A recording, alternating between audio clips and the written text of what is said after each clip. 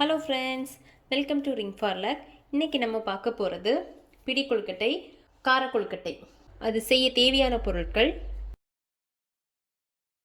First நம்ம பிடி கொழுக்கட்டை செய்யலாம்.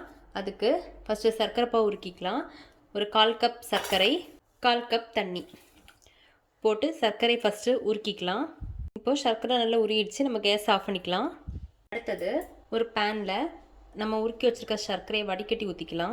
லைட்டாக கொதிக்குது. அப்புறம் அது கூட ஒரு 1/4 டீஸ்பூன் ஏலக்காய் தூள், 1 டேபிள் ஸ்பூன் நெய், ஒரு 1/4 கப் தேங்காய், பிஞ்ச் சால்ட் எல்லாம் போட்டு ஃபஸ்ட் நல்லா மிக்ஸ் பண்ணிக்கலாம்.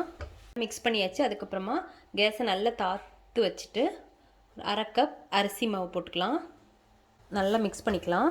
இப்போ நல்லா மிக்ஸ் பண்ணியாச்சு. நம்ம கேஸ் ஆஃப் பண்ணிக்கலாம். இது நல்லா ஆறட்டும். இப்போ ஆறிடுச்சு. இதுலேருந்து நம்ம கொஞ்சமாக எடுத்து உருட்டிக்கலாம். மாதிரி உருட்டிட்டு லைட்டாக அப்படி ப்ரெஸ் பண்ணிக்கலாம். இது மாதிரி நம்ம எல்லாமே ரெடி பண்ணி வச்சுக்கலாம். இது மாதிரி எல்லாமே ரெடி பண்ணியாச்சு.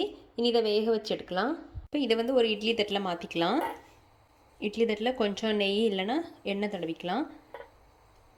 இப்போ தண்ணி நல்லா கொதிச்சிருச்சு. இப்போ இதை இட்லி பாத்திரத்தில் வச்சு ஒரு 5லேருந்து ஒரு 7 நிமிஷம் வேக வச்சு எடுத்துக்கலாம். இப்போ ரெடி ஆயிடுச்சு. நம்ம கேஸ் ஆஃப் பண்ணிக்கலாம்.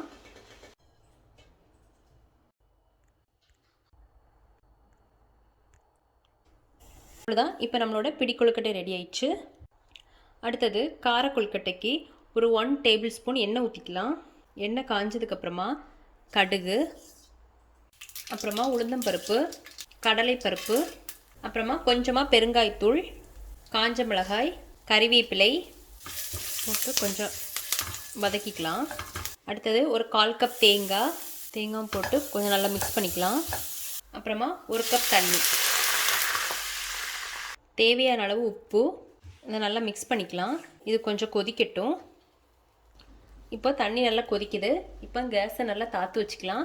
வச்சுட்டு ஒரு 1/2 கப் பச்சரிசி மாவு போட்டுக்கலாம். நல்லா மிக்ஸ் பண்ணிக்கலாம். இப்போ எல்லாமே நல்லா மிக்ஸ் பண்ணியாச்சு. இப்போ நம்ம கேஸை ஆஃப் பண்ணிக்கலாம். இப்போ ஆறிடுச்சு.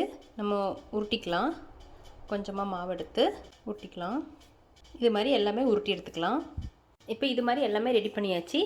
இப்போ இதை இட்லி பாத்திரத்தில் ஒரு 7லேருந்து ஒரு 8 நிமிஷம் வேக வச்சு எடுத்துக்கலாம். இப்போ ரெடி ஆயிடுச்சு. நம்ம கேஸ் ஆஃப் பண்ணிக்கலாம். அவ்வளோதான். இப்போ நம்மளோட கார கொழுக்கட்டை ரெடி ஆயிடுச்சு. இப்போ பிடி கொழுக்கட்டையும் கார கொழுக்கட்டையும் ரெடி ஆயிடுச்சு. நீங்களும் வீட்டில் ட்ரை பண்ணி பாருங்கள். பிடிச்சிருந்தா லைக் பண்ணுங்கள், சப்ஸ்கிரைப் பண்ணுங்கள். தேங்க்ஸ் ஃபார் வாட்சிங்.